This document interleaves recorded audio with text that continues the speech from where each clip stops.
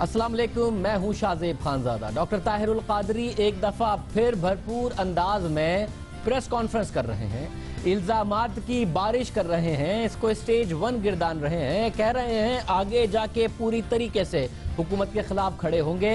मगर आज हमसे रब्ता किया गया एक ऐसी शख्सियत की तरफ से जो ताहिरुल कादरी साहब को बहुत ज़्यादा डिफेंड किया करते थे और कोई छोटी पोजीशन नहीं रखते थे। एडिशनल सेक्रेटरी जनरल थे पाकिस्तान अवामी तहरीक के। धरने के दौरान भरपूर अंदाज में डिफेंड किया। ताहिरुल कादरी साहब को स्टेज पर उनका तारुफ भी कराया करते थे। आज उन्होंने हमसे रब्ता किया और कहा कि मुझे पाकिस्तान अवामी तहरीक की तरफ से धमकियां आ रही हैं। पहले जरा एक झलक देखिए कि किस अंदाज में वो तारुफ कराते थे, कितने करीब थे, किस तरह डिफेंड किया करते थे कि खुद ताहिरुल कादरी साहब उन्हें रोक रहे होते थे। ये जरा देखिए। ये वो अजीम शख्सियत हैं, मेरे कायद, आपके कायद, पाकिस्तान के कायद, वो कायद जिन्होंने इस बिखरी कौम को इकट्ठा कर दिया, वो कायद जिसने हुजरा में बैठे हुए मशाइख उज़ाम को बहराने पे मजबूर कर दिया, जिन्होंने मजदूरों को जगाया, जिन्होंने किसानों को जगाया, जिन्होंने खवातीन को बाहर निकाला, जिन्होंने स्टूडेंट्स को शऊर दिया, जिन्होंने खैबर से कराची तक, वो हमारा पाकिस्तान जो करप्शन की दलदल में धंसा हुआ था, वो हमारा पाकिस्तान जो एक अशराफिया के कब्जे में था, वो हमारा पाकिस्तान जो स्टेटस को की आलमत था, इन्होंने स्टेटस को तोड़ के रख दिया, इन्होंने पाकिस्तान की कौम को मुत्तहिद कर दिया। मेरे कायद, आपके कायद, मैं दावत पेश करता हूं, मेरे लिए एजाज की बात है, कायद पाकिस्तान अवामी तहरीक जनाब डॉक्टर मोहम्मद ताहिरुल कादरी। ये थे उस वक्त के एडिशनल सेक्रेटरी जनरल पाकिस्तान अवामी तहरीक जो कह रहे हैं कि मुझे अवामी तहरीक से धमकियां आ रही हैं और डॉक्टर ताहिरुल कादरी साहब जो कहते हैं उस पर अमल नहीं करते। फ्रॉम द फ्रंट लीड करने वाले, फ्रॉम द फ्रंट डिफेंड करने वाले पार्टी को क्यों धमकियां आ रही हैं? आमिर फरीद कुरेजा साहब हमारे साथ मौजूद हैं। कुरेजा साहब बहुत शुक्रिया। आप तो मसीहा समदरी साहब को उनकी शान में जो बातें आप किया करते थे, पार्टी से जब बात होती थी एक जमाने में धरने के दौरान के जी हमें गेस्ट चाहिए, पार्टी कहती थी कुरेजा साहब को बुलाइए, बहुत करीब हैं ताहिरुल कादरी साहब के, बहुत अच्छा दिफा करते हैं, आप ही को धमकी आ रही हैं, क्या माजरा है? बिस्मिल्लाहिर्रहमानिर्रहीम। शाहजेब भाई, आप तो 2.25 साल से मेरा देख रहे हैं पाकिस्तान अवामी तहरीक के, आपको वो तो धरना भी याद होगा, वो 30-31 की रात भी याद होगी और सारे मैटर याद होंगे। मैं उनकी बातों में आके पाकिस्तान अवामी तहरीक में शामिल हुआ, लेकिन जैसे जैसे वक्त गुजरता गया शाहजेब भाई, मेरी आंखें खुलती गई और मैं बाद के वाकयात जो है, मैं तो बिल्कुल मॉडल टाउन के उस वाक़े के दुख में शामिल हुआ था और मैंने उसका पूरा हर जगह उनका साथ दिया। लेकिन मुझे जब बाद में देखा और मुझे ये फील हुआ कि डॉक्टर ताहिरुल कादरी साहब जो कुछ फरमाते थे वो नहीं है, डॉक्टर ताहिरुल कादरी साहब जिस आइडियालॉजी की बात करते हैं वो नहीं है, जो पॉलिटिक्स हम करना चाहते थे या हम जिस तरह के सियासी कारकुन हैं, ये बिल्कुल टोटली वहाँ पे डिफरेंट माहौल है और पाकिस्तान अवामी तहरीक को जस्ट एक NGO चलाया जा रहा है और यहाँ पे भी जो पॉलिटिकल वर्कर हैं वो पॉलिटिकल वर्कर नहीं है बल्कि एक जनूनी गिरोह तैयार किया जा रहा है जिसको उनका मोटिव्स हैं कि दाइश की तर्ज पर पाकिस्तान इक़्तिदार में जो है ना उस पर कब्जा करना। तो मेरे लिए एक सियासी कारकुन के लिए जिसकी सारी ग्रूमिंग शहीद बेनज़ीर के साथ हुई हो और जो एक सूफी घराने से ताल्लुक़ रखता हो, तो मेरे लिए ये सारी बातें नाकाबिले बर्दाश्त भी थी और मैं ताहिरुल कादरी के साथ नहीं चल सकता था। मतलब मैं माजरत के साथ ताहिरुल कादरी साहब ऐसी शख्सियत के तौर पर जाने जाते हैं जिन्होंने दहशतगर्दी के खिलाफ बात की है, एक बहुत ही बड़ा फतवा दिया और बहुत पहले खड़े हुए जब बहुत सारे दूसरे उलमा हजरात नहीं खड़े होते थे। आप उन पर दाइश जैसा इल्ज़ाम लगाएं कि उनका फलसफा दाइश जैसा है, वो दहशतगर्दी के खिलाफ है, ऐसी बात कर रहे हैं आप जिनको हक़ाइक़ सपोर्ट नहीं करते।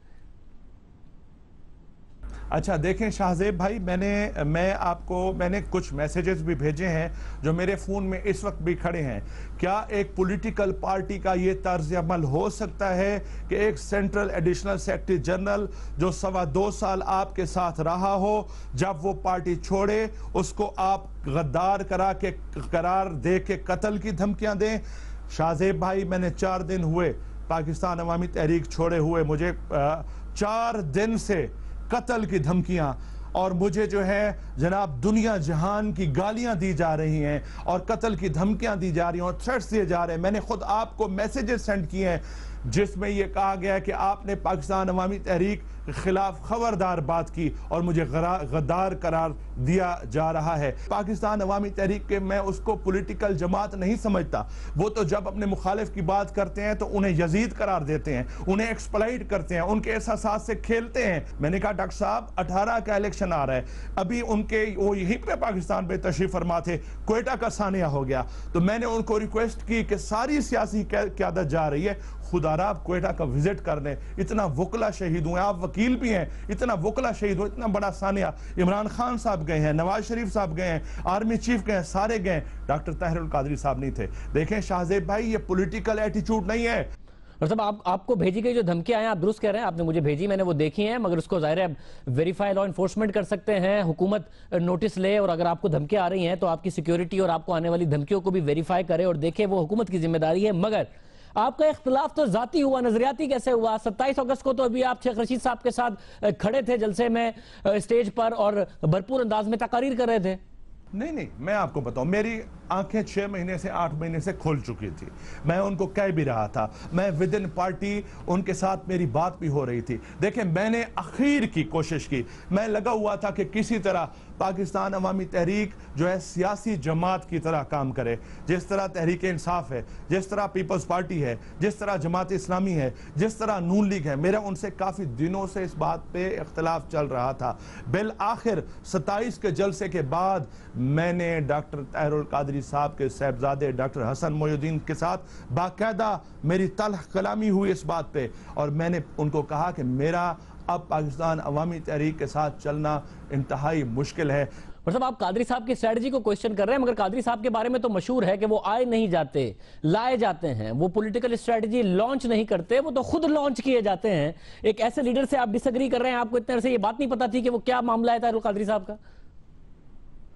देखें, मैंने जो 2.25 साल में ये फील किया है कि डॉक्टर ताहिरुल कादरी साहब हमेशा हर मौके पे, हर बड़े प्रोग्राम में ये पहले अपने वर्कर्स को हमारे उधर से सेक्रेटेरिएट से कन्वे कर दिया जाता था कि बस फैसला कौन घड़ी आ पहुंची, बस तब्दीली आ गई, बस इनकलाब करीब है, बस हुकूमत की आखिरी रात है। फौज के नाम पे ये लोग इकट्ठा करते हैं, फौज के नाम पे ये लोग इकट्ठा करते हैं। और मैं समझता हूँ ऑनेस्टली जिस नतीजे पे मैं पहुंचा हूँ वो इसी नतीजे पे पहुंचा हूँ कि ये जो है फौज का नाम इस्तेमाल किया जा रहा है। नहीं, फौज का नाम कैसे इस्तेमाल किया जा रहा है, समझा नहीं, कैसे फौज का नाम इस्तेमाल किया जा रहा है? देखें, हमेशा जो इशारे किए जाते हैं जनाब आर्मी चीफ की तरफ, जो इशारे किए जाते हैं, लोगों को एक तासुर देने की कोशिश की जाती है, तासुर क्रिएट करने की कोशिश की जाती है। और मैं समझता हूं कि आर्मी चीफ जनरल राहील शरीफ इंतहाई प्रोफेशनल आदमी है, और मैं ये समझता हूं कि वो डॉक्टर ताहिरुल कादरी साहब के झांसे और फरेब में कभी नहीं आएंगे, और जो है ना वो मकबूल आदमी है। डॉक्टर साहब जो है, ये डॉक्टर साहब एक्सप्लॉइट करना चाहते हैं, हर फोर्स को, हर इदारे को एक्सप्लॉइट करते हैं। जिस तरह वो कारकुनों के लोगों को एहसासात को एक्सप्लॉइट करने का फन जानते हैं, इसी तरह वो इदारों को भी यूज करना चाहते हैं। मैं नहीं समझता कि उनके सुबह वो उनका वर्शन और होता है, दोपहर उनका वर्शन और होता है, रात को उनका वर्शन और होता है, नेक्स्ट डे और होता है। मैं नहीं समझता कि उनकी वो इतना क्रेडिबल शख्सियत है कि कोई भी उनकी बात को संजीदा लेगा। मतलब आप एक जमाने में बताते रहे कि वो बड़े क्रेडिबल हैं, और अब तो वो एक नए इल्जामात के साथ आए हैं जिनको बार बार फोर्स करने की कोशिश कर रहे हैं ताहिरुल कादरी साहब। लोगों की हुब्बुल वतनी को क्वेश्चन कर रहे हैं ताहिरुल कादरी साहब, उन्हें एजेंट करार दे रहे हैं ताहिरुल कादरी साहब। वो तो अब नए इल्जामात के साथ इस वक्त मैदान में। अब तो मुझे ये फील होता है कि ये सारा दिन झूठ की एक फैक्ट्री है जो चल रही है। डॉक्टर ताहिरुल कादरी साहब लोगों पे तो इल्जामात लगाते हैं। मुझे एक सवाल का जवाब दे दे जो मैं जाती तौर पर जानता हूं कि जब वो मार्च 2016 में हिंदुस्तान के दौरे पर थे और दी ग्रैंड दिल्ली होटल में थे, तो वो इंडिया की किस इंटेलिजेंस एजेंसी के ऑफिसर ने उनसे मुलाकात की थी, और किस इंटेलिजेंस एजेंसी के कहने पे उन्हें इंडिया में Z+ सिक्योरिटी दी गई, किस इंटेलिजेंस एजेंसी के कहने पे उन्हें सरकारी टीवी दूरदर्शन पे लाइव लिया गया। डॉक्टर ताहिरुल कादरी साहब मुझे बताएं। यही तो डबल स्टैंडर्ड है, यही तो तकलीफदेह बातें हैं, यही तो दुख की बात है कि एक सियासी कारकुन कहां जाए कि एक तरफ कहा जाता है, लोगों पे ऊपर इल्जामात लगाए जाते हैं रॉ के एजेंट होने पे, लोगों को कहा जाता है यजीदियत और हुसैनी जो है ना वो जंग दिखाई जाती है। मगर कोई साहब आप खुद भी वही काम कर रहे हैं जो दूसरे करते हैं। मादरत के साथ ताहिरुल कादरी साहब के बारे में ये जरूर छपा है और जाहिर उन्होंने वो मौकफ नहीं लिया कि जब वो भारत गए, गुजरात में गए, तो उन्होंने नरेंद्र मोदी के मुतालिक एक लफ्ज नहीं कहा बल्कि उनकी हुकूमत की तारीफ की। उन्होंने जो गुजरात में मुसलमानों के ऊपर मजालिम हुए उसके बारे में उनसे सवाल किया गया तो भी उन्होंने जवाब नहीं दिया। यह बात भी जरूर छपी है। मगर आप ये एजेंट वेजेंट होने का इल्जाम ना लगाएं। हम इस प्लेटफॉर्म पर लोगों की हुब्बुल वतनी जांचने का, लोगों की हुब्बुल वतनी पर इल्जाम लगाने की इजाजत नहीं देते। कोई किसी को यहूदी एजेंट कहे, कादरी साहब उठ के आ गए हैं, नई एक किस्म की कैंपेन लेके आ गए हैं कि जी वो शुगर मिलों में रॉ के एजेंट आ रहे हैं। आप आ गए हैं प्रोग्राम में और आप इल्जाम लगा रहे हैं कि किसी एजेंसी के लोग मिले थे, रॉ की तरफ इशारा कर रहे हैं कि कादरी साहब एक एजेंट है। इस प्लेटफॉर्म पर हम बगैर सबूत के किसी को इजाजत नहीं देते, इसलिए सबूत आपके पास नहीं है। अपने ख्यालात का इजहार ना करें, किसी की हुब्बुल वतनी को क्वेश्चन ना करें मादरत के साथ। मैंने आपको बता दिया, ये हमारे इंटेलिजेंस इदारों का काम है कि अब वो इस बात की तहकीक करें। मुझे उनके साहिबजादे ने बताया था, मुझे ये ज़ाती तौर पर पता है, मुझे ये बात बताई गई तो मैंने वो बात आपके सामने बयान कर दी। वैसे माजर के साथ मैं नहीं दे सकता इजाजत। आप उनके बेटे का कह रहे हैं, लॉ एनफोर्समेंट को प्रूफ दिखाइएगा, खुद चले जाएं, इस मुल्क के इंटेलिजेंस इदारे आपको अप्रोच कर लें इस प्लेटफॉर्म पर। मैं नहीं दे सकता आपको इजाजत किसी की के ऊपर क्वेश्चन करने की, चाहे वो ताहिरुल कादरी साहब हों, और ना ही किसी और को इजाजत दे सकता हूं कि वो किसी और की हुब्बुल वतनी को क्वेश्चन करे। बहुत हो गया इस मुल्क में, माजरत के साथ बहुत हो गया। इस मुल्क का 2/3 मेजोरिटी वाले प्राइम मिनिस्टर अगर रॉ का एजेंट है, आप कह रहे हैं इस मुल्क का एक आलिम दीन स्कॉलर ताहिरुल कादरी साहब भी एजेंट है, तो फिर इस मुल्क का अल्लाह हाफिज है। फिर अगर इस मुल्क में सारे के सारे एजेंट हैं, छोड़े सर एक दूसरे पर इल्जाम लगाना। इमरान खान साहब यहूदी एजेंट हैं, मौलाना फजलुर रहमान सब एक दूसरे को एजेंट बनाने में लगे हुए। मेरी एक बात सुन लें, एक लफ्ज जो मैं यहाँ पे कह रहा हूँ और मैं आपके सामने ये वाज़े तौर पे कह रहा हूँ, अल्लाह और उसके रसूल को हाजिर नाजिर जान के कह रहा हूँ, जिसके कब्ज़ा कुदरत में मेरी जान हो। ये बाद में प्रोपेगेंडा करते हैं कि ये सारी बातें ये हुकूमत के इमा पर कह रहे हैं, बिक गए हैं। मुझे अल्लाह और उसके रसूल की कसम, मैं अपने ज़मीर की आवाज़ बयान कर रहा हूँ। बहुत शुक्रिया आमिर फरीद कुरैजा साहब हमारे साथ मौजूद थे। हमने पाकिस्तान अवामी तहरीक से भी दिन में रब्ता किया कि आपके अपने एडिशनल सेक्रेटरी जनरल जो हैं वो हमें रब्ता करके धमकियों की बात कर रहे हैं और हमारे पास शो में आ रहे हैं, तो आप भी अपना वर्जन दीजिए। उनकी तरफ से अभी तक कोई जवाब नहीं आया। वर्जन देने के लिए जो बात कर रहे थे वो आपने सुनी। कराची में एक दिलचस्प सूरत हाल बन गई है। मोहम्मद अनवर साहब बहुत अरसे बाद बोले और ट्वीट उन्होंने किया और ख्वाजा इजहारुल हसन साहब को एड्रेस करके किया कि जो माइनस नहीं हो सकता, जो सब्सट्रैक्ट नहीं हो सकता, वो PS 127 के नताइज ने बता दिया। ये ख्वाजा इजहार को बता रहे हैं या उनके साथ मिलकर दुनिया को बता रहे हैं? और फारूक सत्तार पीपल्स पार्टी पर इल्जाम लगा रहे हैं धांधली का, मगर मुस्तफा कमाल कह रहे हैं कि कल जो कम वोट पड़ा उसके बावजूद मुत्तहिदा कौमी मूवमेंट ने धांधली की थी। क्या हो रहा है कराची में? बात करेंगे ब्रेक के बाद।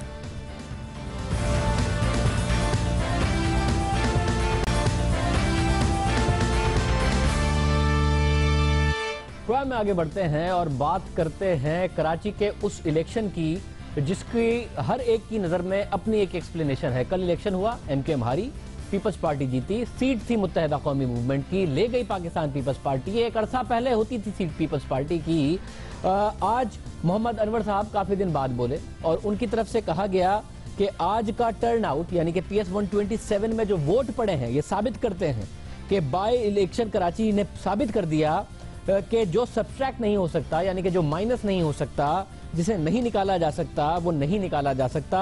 तो कोई फायदा नहीं है बजोर बाजू कुव्वत के साथ, फोर्स के साथ किसी को माइनस करने का। अल्ताफ साहब के हवाले से कह रहे थे और टैग उन्होंने किया हुआ था इस ट्वीट में इजहारुल हसन साहब को।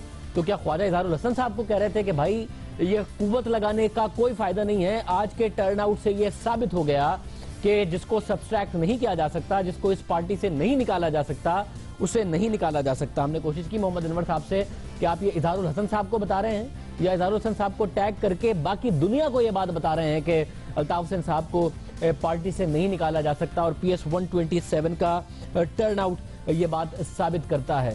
साथ साथ कल मुत्तहिदा कौमी मूवमेंट ने इल्जाम लगाया कि पीपल्स पार्टी ने धांधली की, हकीकी को साथ मिला के धांधली की। मगर आज मुस्तफा कमाल साहब बोले और मुस्तफा कमाल साहब ने कहा कि मुत्तहिदा कौमी मूवमेंट ने धांधली की। इतने वोट जो 15,000 पड़े हैं ये भी ना पड़ते। शादमान टाउन के इलाके में ठप्पे मारे मुत्तहिदा कौमी मूवमेंट ने और हकीकी वाली बात को भी मुस्तरद किया। तो एक तरफ मुत्तहिदा हारे, इल्जाम लगाए पीपल्स पार्टी पर, मगर फारूक सत्तार साहब पर इल्जाम और मुत्तहिदा कौमी मूवमेंट पाकिस्तान पर इल्जाम मुस्तफ़ा कमाल साहब लगा रहे थे। बात करते हैं मुस्तफ़ा कमाल साहब से, आज कुछ आम बातें उन्होंने की। मुस्तफ़ा कमाल साहब बहुत शुक्रिया हमें शो में ज्वाइन करने के लिए। हारी है एमक्यूएम, इल्जाम लगा रही है पीपल्स पार्टी पर के धांधली की, जाहिर हुकूमत भी पीपल्स पार्टी की, पुलिस भी पीपल्स पार्टी के मातहत, मगर आप कह रहे हैं कि ये कम वोट पड़े मगर इसके बावजूद मुत्तहिदा ने धांधली की। मतलब मुत्तहिदा के पास है क्या जो धांधली करती है मुस्तफ़ा कमाल साहब? नहीं, वो आपने इस वाली बात को थोड़ा सा बड़ी, वो मेरी प्रेस कॉन्फ्रेंस में एक वैसे ही किसी सवाल के जवाब में ऐसे नॉर्मल गुफ्तगू में एक जुमला था ये वाला, और ये कोई इतनी बड़ी बात नहीं थी जिसको बहुत लेंथ में डिस्कस किया जाए। मैं सिर्फ ये बता रहा था कि 15,000 वोट भी 15,000 वोट पड़े नहीं है। जिसका जहां बस चला है उसने वहां पर काम उतारा है, और एक शादमान एरिया है जहां पर दो तीन पोलिंग स्टेशन थे। उन पोलिंग स्टेशनों में मुत्तहिदा वालों का जहां पर बस चला, उन्होंने भी जो है वो 12 बजे 12 बजे से लेकर उसको टेक ओवर कर लिया था और काम उतारा। तो वो मैं सरसरी तौर पर बोलते हुए गुजरा था, इसमें कोई एम्फेसिस करने वाली कोई बात नहीं थी। सरसरी तौर पर आपने पीपल्स पार्टी के बारे में कुछ नहीं बोला, उन्होंने भी तो धांधली की होगी ना, अगर उन्होंने मुत्तहिदा कौमी मूवमेंट को हराया है। बिल्कुल की होगी, लेकिन उनका पहले भी वोट इतना ही था, उन्होंने 3-4 हज़ार वोट ज्यादा डाल लिए होंगे। उनको 2013 में भी जो है वो 15,000 वोट मिले थे शाहजेब भाई, और उनका वोट जो है वो 5,000 इस दफा बढ़ गया है, 6,000 बढ़ गया वोट इनका। लेकिन इनका वोट जो है वो 60,000 था पहले ना, वो 15,000 हो गया है। आप एक इस वोटर को और कराची के वोटर को कोई पैमाना देने को तैयार नहीं है। मसला ये है, अगर आपका ये दावा है कि ये आपका वोट है तो अब कोई पैमाना तो दीजिए ना, क्योंकि आज मोहम्मद अनवर साहब ने ट्वीट फरमाया है और वो कह रहे हैं कि टर्नआउट से साबित हो गया कि जो सब्सट्रैक्ट नहीं हो सकता, जो माइनस नहीं हो सकता, वो नहीं हो सकता। तो बजौर बाजू बजौर कुव्वत ये काम ना किया जाए। यानी कि अल्ताफ हुसैन साहब के लिए कह रहे हैं कि साबित हो गया, आप कह रहे हैं कि आपका साबित हो गया, वो कह रहे हैं कि उनका साबित हो गया। तो सर आप किसी एक बाई इलेक्शन में खड़ा करें, कराची के अवाम को वो मौका दें अपना उम्मीदवार खड़ा करके, ताकि कुछ पता तो चले ना। सारे अपने अपने दावे कर रहे हैं, कैसे पता चले? मैं कहां आपसे सर्टिफिकेट मांग रहा हूं, आप मत दीजिए ना मुझे सर्टिफिकेट, कोई परेशानी नहीं है। अवाम को मौका तो दीजिए ना, डेमोक्रेसी में वोटर को मैं अब मेरे सर्टिफिकेट की बिल्कुल नहीं जरूरत आपको, मगर अवाम को तो मौका दीजिए। डिसइनफ्रेंचाइज क्यों कर रहे हैं कि मैंडेट तुम्हारा है ही नहीं अब, मगर मैं भी नहीं खड़ा हूंगा, मतलब ये क्या? सुन मैंने आपकी बात समझ गया, आप मुझे जो समझाने की कोशिश कर रहे हैं, मैं अपनी पॉलिसी आपको जो है वो अर्ज कर दूं शाहजेब भाई। नहीं ना, अब हम मेरी बात समझ रही है, एक एमपी एमएनए बनाकर मुझे कुछ नहीं मिल जाएगा। मेरा तो सारा 100% रिजल्ट अचीव हो रहा है, हम लोगों की आवाज बन रहे हैं, लोग हमारी आवाज में आवाज मिला रहे हैं। मैं जाता हूं, लोग, अल्लाह का शुक्र है कि जो हजारों की तादाद में फैमिलीज, बच्चे, जवान, बूढ़े निकल रहे हैं, लोग बाहर, चीजें चेंज हो रही है। ये जो आपने ट्वीट वाली बात की अनवर भाई, दिस इज वेरी इंटरेस्टिंग। उन्होंने किसको टैग किया उसके अंदर, आपने वो जुमला नहीं बताया, किसको टैग किया? मैंने बताया शुरू में आपको इंट्रोड्यूस करने से पहले कि इजहारुल हसन को टैग किया। अब ये नहीं समझ में आ रहा कि इजहारुल हसन के साथ मिलकर दुनिया को बता रहे हैं या इजहारुल हसन को बता रहे हैं, ये नहीं समझ में आ रहा, और वो खुद फोन नहीं उठा रहे। दुनिया को ये बता रहे हैं वो दुनिया को, अनवर भाई दुनिया को ये बता रहे हैं कि -1 कर कौन रहा है, इसको इस तरह समझिए आप। मतलब वो इजहारुल हसन को कह रहे हैं, दुनिया को ये बता रहे हैं जनाब, वो अपनी पूरी दुनिया को ये बता रहे हैं कि जेन्युइनली जो है वो में लगा हुआ क्यों, वरना वो जो है वो टैग लगाते हैं, उनके साथ फारूक सत्तार को टैग करते हैं, हैशटैग उनको कॉपी करते हैं इस वाली चीज में, ठीक है। तो वो दुनिया को ये बता रहे हैं, तो ये मैसेज भी है दुनिया वालों के लिए कि भाई इजहारुल हसन जो है वो ये कर रहा है, आई मीन जो उसके ट्वीट का जो मकसद है। दूसरी बात ये है कि भाई -1 नहीं हुए ना, फारूक सत्तार का आइन काम कर रहा है क्या? ये आप जो बार बार मुझे आइन बता रहे होते हो कि उन्होंने आइन में निकाल दिया, अब मैं आपसे पूछता हूं कि जनाब आली फारूक सत्तार का आइन काम कर रहा है क्या अल्ताफ हुसैन को निकालने में? नहीं कर रहा ना काम, नहीं कर रहा काम, ये ड्रामा कल फ्लॉप हो गया सारा। कि मैं फिर कह रहा हूं, आप ऐसा लग रहा है जैसे कराची का जो वोटर है वो इस डेमोक्रेटिक प्रोसेस से क्या फिर नाराज हो रहा है? PS 127 को अगर आप छोड़ते हैं, देखिए पीपल्स पार्टी ने भी कोई एक्सीलेंट वोट नहीं लिया PS 127 में, अगर मुत्तहिदा ने बुरा लिया तो वो ठीक ही वोट लिया है, पीपल्स पार्टी ने भी कोई बहुत अच्छा वोट। तो ये अब मुत्तहिदा से अगर कराची का वोटर नाराज है तो ना तो पीटीआई को वोट दे रहा है, मुत्तहिदा का वोटर इंतहाई कम वोट के साथ एमक्यूएम जीत रही है, पीटीआई भी रिजेक्ट हो रही है, पीपल्स पार्टी भी रिजेक्ट हो रही है, जमात इस्लामी भी रिजेक्ट हो रही है। तो ये तासुर जाए कि कराची का वोटर इस डेमोक्रेटिक प्रोसेस से नाराज है, या उन्हें लग ही नहीं रहा कि कोई उनके राइट्स को रिप्रेजेंट करता है, और या ये समझा जाए कि वो इंतजार कर रहा है मुस्तफा कमाल साहब का कि भाई वो खड़ा करेंगे अपना उम्मीदवार तो हम वोट देंगे। आपके दो आखिरी के दो बातों को मैं एंडोर्स करता हूं कि उनको ये बिल्कुल लग रहा है कि उनको ये बिल्कुल, ये आप इस पे हंस लीजिए, मैं बुरा नहीं मानूंगा फारूक भाई की तरह, मैं आप इस पे हंस लीजिए, लेकिन आपको टाइम बताएगा, मैं भी आपके साथ हंसता हूं इस वाली बात में। फारूक भाई के इंटरव्यू आप हमारे वाले सारे देखते जो हमने कल किया, उनका हंसना, उनका बुरा मानना, हमारा हंसना, सब देख रहे हैं आप, सब ऑब्जर्व कर रहे हैं। मुझे किसी ने बताई ये वाली बात, मुझे आई स्वेयर मैं देख नहीं सका, मैं देखूंगा, मेरे पास क्लिप्स आए हैं कहीं से, लेकिन मुझे किसी ने बताई ये वाली बात। लेकिन मैं जो बात कह रहा था, देखिए यकीनन ये जो वोटर है वो तमाम पार्टी से मायूस हो चुका है, बिल्कुल मायूस हो चुका है, तो वो अपने वोट को अब जाया नहीं करना चाहता। उसने अपना वोट 2018 के इलेक्शन के लिए पाक सरजमीन पार्टी के लिए रख लिया है। आप मेरी बात मानेंगे नहीं, आप इसके ऊपर बैलेंस करने की कोशिश करेंगे, तबसरे करेंगे, कीजिए, time will be the better जज। मानना और ना मानना तो हम करते नहीं ना, हम तो सवाल उठाते हैं, वो सवाल ही उठा रहे। चले एक सवाल उठा लेता हूं उसमें, आपके बड़े करीबी दोस्त माजी के, मुझे नहीं पता आज के क्या हालात हैं, मगर जब मैंने उनसे सवाल किया तो उन्होंने आपका जिक्र एहतराम से ही किया और आपके बारे में कोई ऐसी बात नहीं की जो कि आमतौर पर इस वक्त मुत्तहिदा कौमी मूवमेंट पाकिस्तान के लोग करे। फैसल सब्ज़वारी साहब वो भी आपके हक में नहीं कन्विंस्ड हुए, वो वापस आ रहे हैं इतनी लंबे अरसे की खामोशी के बाद और फारूक सत्तार पर एतमाद का इजहार कर रहे हैं। आ जाने देना यार, जो है वो ऐसा फ्री वर्ल्ड, क्या मसला है इसके अंदर। हमने कौन से जो है वो किसी XYZ को सामने रखकर जो है अल्ताफ हुसैन साहब से बगावत की और ऐलान जहाद, जंग का ऐलान किया और जहाद किया। हमने किसी XYZ को अपने साथ खड़ा करने की बेसिस पे हमने ये काम किया। आप जो भी नाम ले रहे हैं, जिनके भी नाम फैसल सब्ज़वारी साहब हो जाएं या फारूक सत्तार साहब हो जाएं, हमने तो भाई अल्लाह को हाजिर नाज़िर जानकर उसके आसरे पे कूद पड़े हैं। हमारे लिए तो हमें लूज करने के लिए है ही नहीं कुछ। आ जाएं, उनको मेरी नेक तमन्नाएं हैं कि अल्लाह ताला उनके डिसीजन को ठीक साबित करे, लेकिन मुझे पता है कि करेगा नहीं, इसलिए कि उन्होंने बहुत सारी और गुफ्तगू बनवाई है। मैं उसके ऊपर जाना नहीं चाहता, उनके लिए मुश्किलात होंगी। एनीवे, उनको मैं मेरी ऑल बेस्ट विशेस हैं उनके लिए सारी। तो मुझे मुसव्वल साहब ने बताइएगा, ऐसा लग रहा है गवर्नर साहब से भी आप खुश नहीं है, आपकी जरा बातों से ये तासुर आया प्रेशर में। गवर्नर साहब से कोई इशू है, इशरतुल इबाद साहब से? इसके लिए कोई अलग से प्रोग्राम करेंगे किसी टाइम पे, इश्यूज तो खैर क्या, बट इसके लिए इसको तो मैं अभी वेल लेफ्ट करता हूं शाहजेब भाई, इसको आगे जाने देते हैं। इसके लिए तो बड़ी पूरी सीरीज ऑफ 3 सीरीज चाहिए आपको। वेल लेफ्ट अक्सर ताना बन जाता है। एक दफा इमरान खान साहब ने अल्ताफ हुसैन साहब के बारे में वेल लेफ्ट किया था, वो आज ताना बन गया। हम परसों दिखा रहे थे, फिर बुरा भी बहुत लगता है जब बाद में दिखाई जाती है, तो ऐसा ना ताना बन जाए, इसलिए एक आध बात ही बता दें। नहीं, एक आध बात नहीं है ना असल में। नहीं, ताना बना लेना यार, आप बना सकते हो, मैं क्या कर सकता हूं। मैं कह रहा हूं एक आध बात नहीं है, एक आध बात में होगी नहीं कहानी, एक आध बात में समझ में नहीं आएगी बात। मुझे एक और बात बताइएगा, आपने अपनी किसी प्रेस कॉन्फ्रेंस में ऐसी बात का जिक्र नहीं किया, कराची में कोई ऐसा काम हुआ नहीं, मगर आपके सक्खर डिवीजन, जिला, सिटी, और ये नाजरीन देख रहे होंगे, पाक सरजमीन पार्टी पाकिस्तान के नाम से लिखा हुआ, जो मुल्क का गद्दार है, बैनर्स लगे हुए, मौत का हकदार है, तलाश है गुमशुदा वफाकी पाकिस्तानी हुकूमत, वफाक पाकिस्तान हुकूमत पाकिस्तान। ये अब ये जो तलाश है गुमशुदा वफाक पाकिस्तान हुकूमत पाकिस्तान, वो सेम लैंग्वेज है जो कि फैसल वाउडर साहब के अचानक शहर में बैनर लग गए थे। उनसे मैंने कल 3 दफा पूछा, उन्होंने नहीं बताया किसने लगाए। बंदा ये कह देता मैंने लगाए, नहीं बताया उन्होंने किसने लगाए। ये आप इसको ओन करते हैं मुस्तफा कमाल साहब, क्योंकि आपने अभी तक ऐसी ना कोई बात की है, ना कोई प्रेस कॉन्फ्रेंस में ऐसी कोई बात की है? नहीं यार, आपको पता, हम तो खुली डुली बात करने वाले लोग हैं। ये अगर वो लगाऊंगा तो मैं सक्खर में क्यों लगवाऊंगा? सबसे पहले तो मैं यहाँ लगवाऊंगा।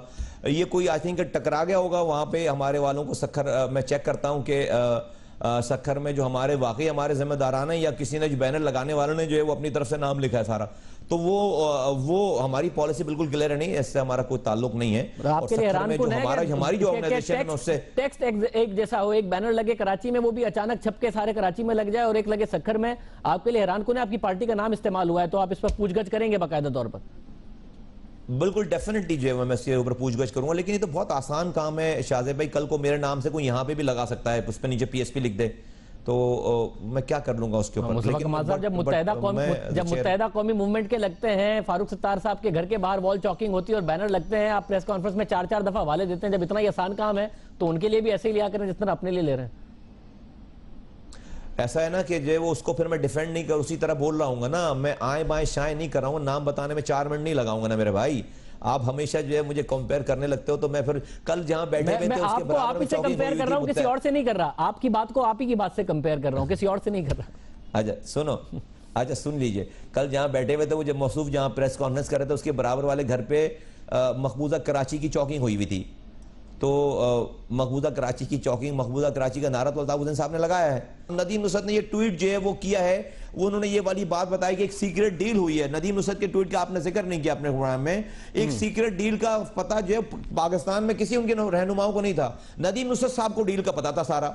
और आप कितनी बेगैरती की बात है ये कि अपनी एक सीट के लिए आप जाकर पीपल्स पार्टी से डील कर रहे हो। वो पीपल्स पार्टी जिसने कराची की ईंट से ईंटें बजा दी हैं, आप क्या कल लोगों के हुकूक के लिए उसके सामने आवाज उठा पाओगे भाई? वो लोगों की पानी के लिए, लोगों के सीवरेज के। मुस्तफा साहब, ये डील थोड़ी की थी कि मुत्तहिदा कौमी मूवमेंट अपना उम्मीदवार नहीं खड़ा करेगी। ये डील की थी कि पीपल्स पार्टी नहीं करेगी, तो अपनी पार्टी और अपने वोटर के हक में ही डील की थी कि हमने जीतना है, आप उम्मीदवार ना खड़ा करें। उनके इंटरेस्ट के खिलाफ थोड़ी डील की थी। अरे भाई, तो कितने सिंपल, इतने सादा कैसे हो गए? कब से हो गए आप शाहज़ साहब? आप किसी का एहसान लेंगे तो उसके आगे आप नजरें झुकाकर खड़े होंगे या आप जो है आंखों में आंखें डालकर बात करेंगे? आप ये एहसान ले रहे हैं 2018 के इलेक्शन में जब खड़े होंगे तो फिर मैं उसे सादगी समझूंगा या कुछ और? जब आप किसी पार्टी के साथ सीट एडजस्टमेंट करेंगे तो नहीं करेंगे, उसको एहसान तस्वुर करेंगे कि बाद में कीमत चुकानी पड़ेगी, इसलिए नहीं करूंगा, अकेला खड़ा हूंगा। उसके साथ 8 सालों का ये बैकग्राउंड नहीं है। फिर मैं तकरीरें नहीं कर रहा हूं ना लोगों के लिए, फिर मैं नहीं बता रहा हूं ना कि मैं जो है वो सूबा बना लूंगा। मैं इसी पार्टी से की बेवफाइयों की वजह से, बैड गवर्नेंस की वजह से तो आप नारा लगा रहे हैं सूबा बनाने का। लोगों के हुकूक मांगते कैसे आप उनका इस हवाले से बता रहे थे। और इंटरेस्टिंग, नदीम नुसरत साहब ने बात बताई, फारूक सत्तार साहब ने नहीं बताई कि कमिटमेंट की थी पीपल्स पार्टी ने कि वो अपना उम्मीदवार नहीं खड़ा करेंगे। प्रोग्राम में एक ब्रेक शामिल करते हैं, उसको हम इस खबरों में बात करते हैं।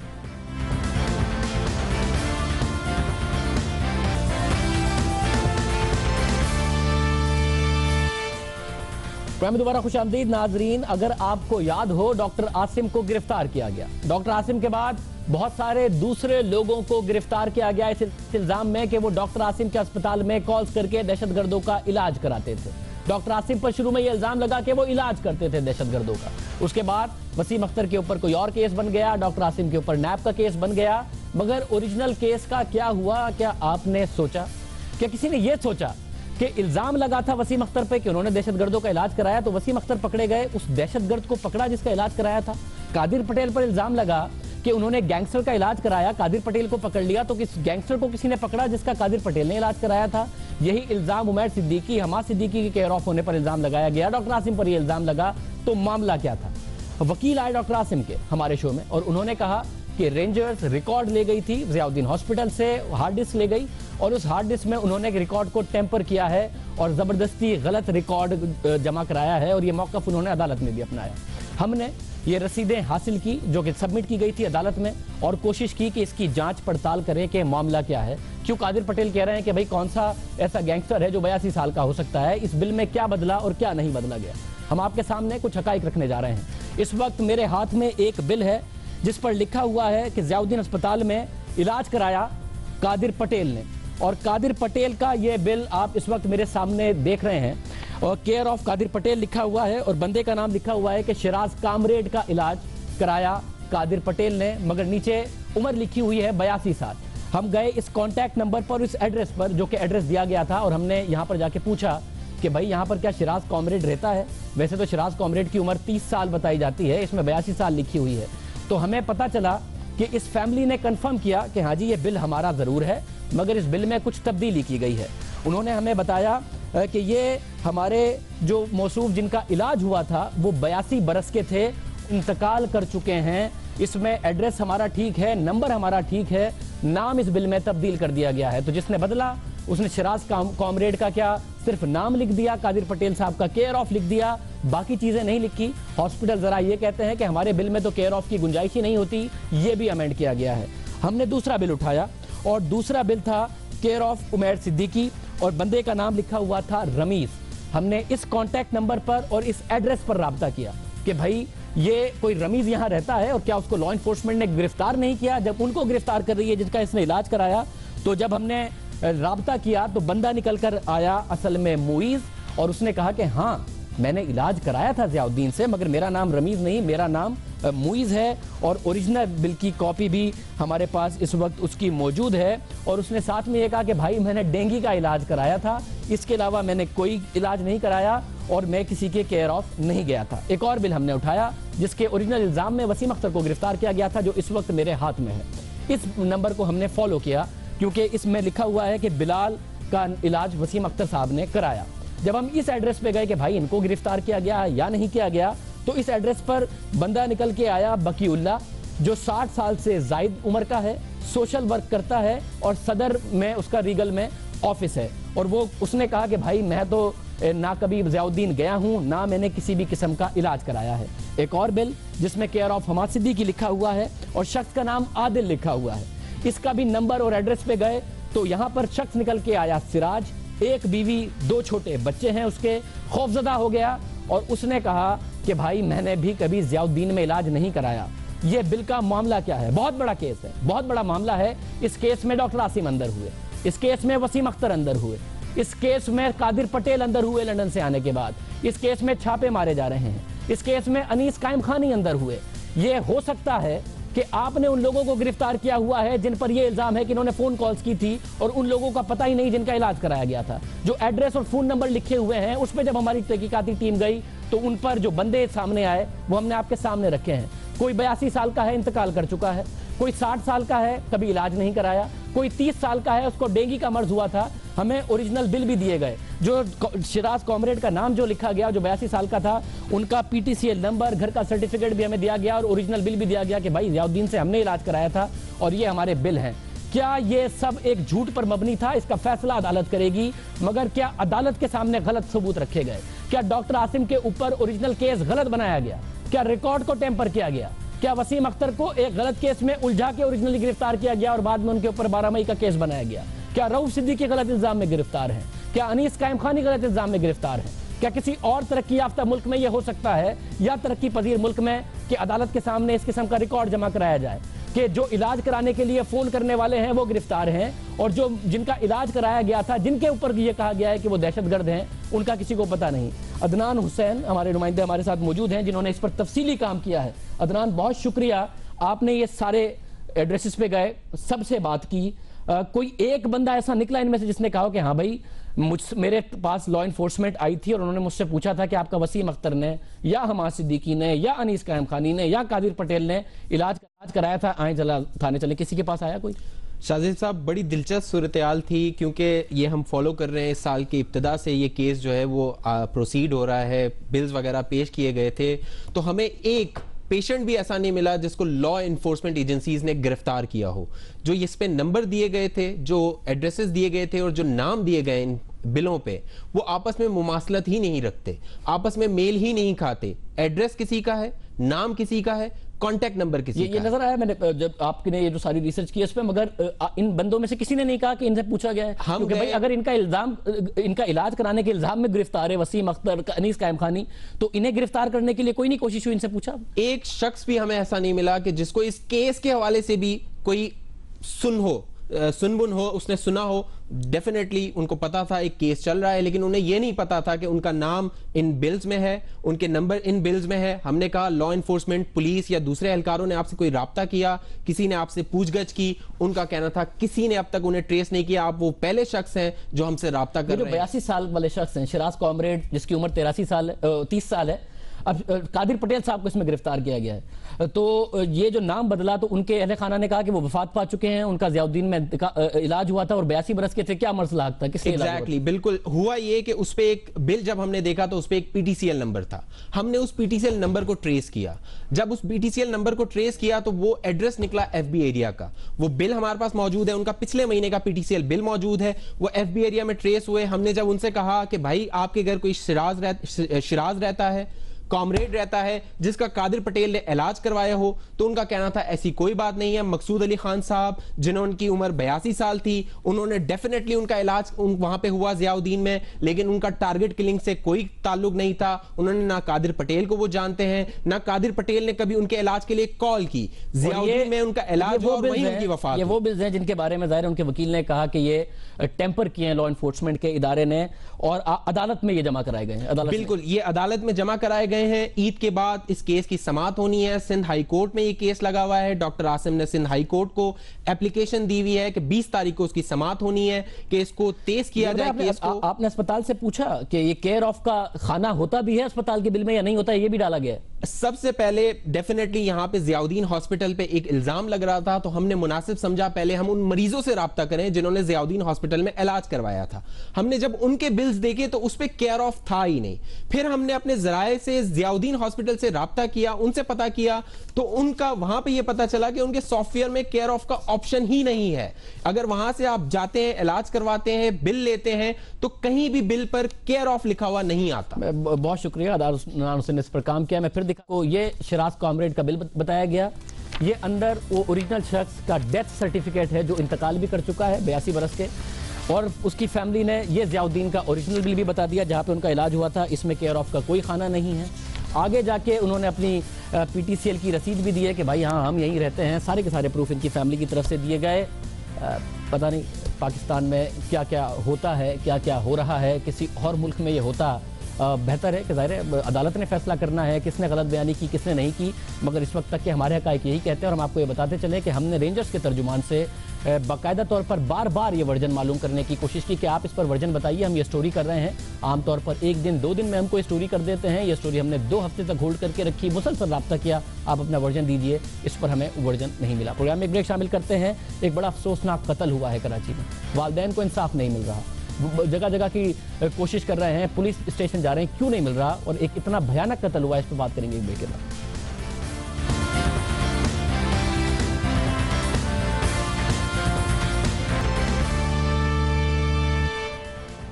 प्रोग्राम में बात करेंगे एक कत्ल की, तशद्दुद से नौजवान की हलाकत की, जिसके बाद पुलिस का रवैया मामले को मशकूक बना रहा है।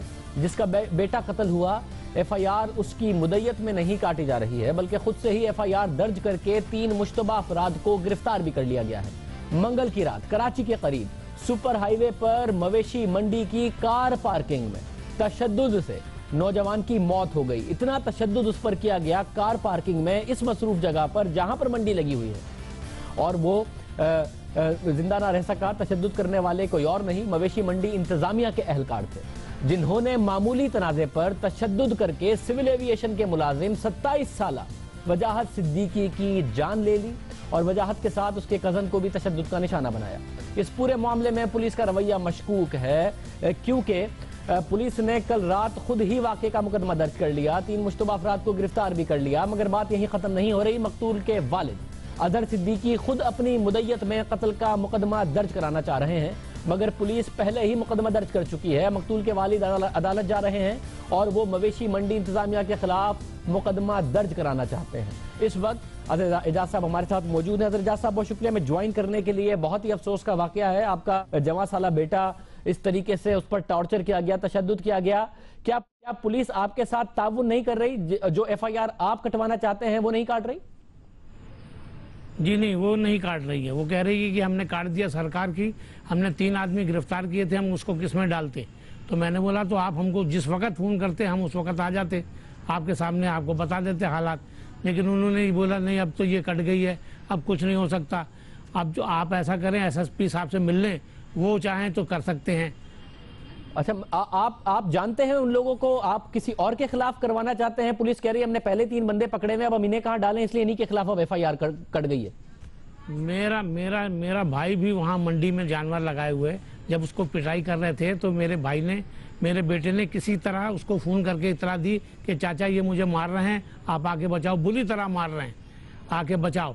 तो वो बेचारा भागता हुआ आया, लोगों को जमा करता हुआ आया कि देखो, जमा करता हुआ आया कि जो मेरे भांजे बच्चों को मार रहे हैं, उसका बेटा भी था साथ, उसको भी मार रहे थे, लेकिन वो छोटा था, उसको कम, और मार रहे थे इसको बहुत ज़्यादा। वो सबसे पब्लिक से दुआएं देता हुआ आया कि मेरे बेटों को बचाओ, और उसके मारने वालों को पैर पकड़े, अल्लाह रसूल का वास्ता दिया, लेकिन किसी ने नहीं सुना। पहले 3-4 आदमी मार रहे थे, उसके बाद उसने जैसे तैसे उसको रोका, हाथ पैर जोड़ के, तो वो पीछे लेके चले गए उसको। इसके बाद एक वीगो गाड़ी में मुंह पे ढाटे बंधे हुए, डंडे, बांस के डंडे और बंदूकें, पिस्तौलों के साथ आए 4 आदमी। उनके साथ एक मौलवी भी था, स्याह दाढ़ी का मौलवी था। वो उतरा और आते ही उसने मारना पीटना शुरू कर दिया, और अपने चारों दोस्त साथियों को कहा इसको खूब मारो, इसको खूब मारो। उसको मना करते रहे, उसको मना नहीं हुआ, और इतना मारा जिसकी हद नहीं। और सब आप नहीं क्या हो गया था। आप उन लोगों को जानते हैं? आपके भाई और उनके बेटे आपके वहां मौजूद थे, वो पहचानते हैं किसने क्या? जी जी बिल्कुल पहचानते हैं। उनका सामने आएंगे तो मैं पहचान लूंगा। आपने पुलिस को बताया कि भाई, आपने पुलिस को बताया कि ये 3 लोग नहीं है जो आपने गिरफ्तार किए, मेरे भाई जानते हैं उन लोगों को? आपने पुलिस को बताई ये बात?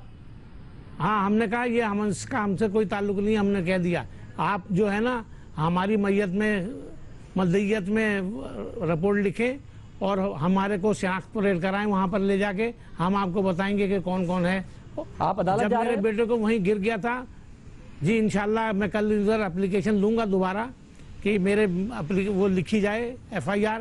अगर नहीं FIR लिखी गई तो वो मैं एप्लीकेशन रिसीव करा के कोर्ट जाऊंगा। और ये मवेशी मंडी की इंतजामिया में से है लोग? आप क्या कह रहे हैं? आपके भाई ये कह रहे हैं कि बिल्कुल इंतजामिया से, बिल्कुल इंतजामिया से है। से ही हैं ये लोग, और कौन हो सकती है? साहब बहुत शुक्रिया हमें ज्वाइन करने के लिए। किसी घर का, किसी माँ का, किसी बाप का बेटा चला जाए, एक तो ये बड़ा नुकसान, उसके बाद उसे इंसाफ ना मिल रहा हो, ये गम जरा सोचिए। IG साहब से हम कहेंगे आप सोचिए, SSP साहब से कहेंगे आप सोचिए, चीफ मिनिस्टर साहब आप सोचिए कि जमा साल 27 साल बेटा गया है और पुलिस ये कह रही है इनसे कि हमने भाई 3 बंदे पकड़े थे, उनके खिलाफ FIR काट दी है, अब हम उन्हें कहां फिट करें? हालांकि फैमिली कह रही है कि हमने बंदों को जानते हैं, वो मवेशी मंडी की इंतजामिया में से हैं, शनाख्ती परेड कराइए, हम बताएंगे कि कौन है। मगर पुलिस जवाब ये दे कि इन 3 बंदों का क्या करें जो हमने गिरफ्तार कर दिए हैं। हम उम्मीद करते हैं कि चीफ मिनिस्टर इसका नोटिस लेंगे, IG सिंध इसका नोटिस लेंगे, इंसाफ दिलाएंगे। क्या हर काम अदालत में ही नोटिस लेने पर होगा क्योंकि ये कल अदालत जा रहे हैं, या उससे पहले हुकूमत और IG पुलिस भी कुछ करेंगे और इस खानदान को जिनका बेटा चला गया वापस नहीं आ सकता, ये नुकसान पूरा नहीं हो सकता, मगर ये गम कि उस बेटे को इंसाफ भी नहीं मिल सकता, ये गम कम करने की कोशिश करेंगे। आज के प्रोग्राम में इतना ही। आपसे कल के प्रोग्राम में मुलाकात होगी। इजाज़त, अल्लाह।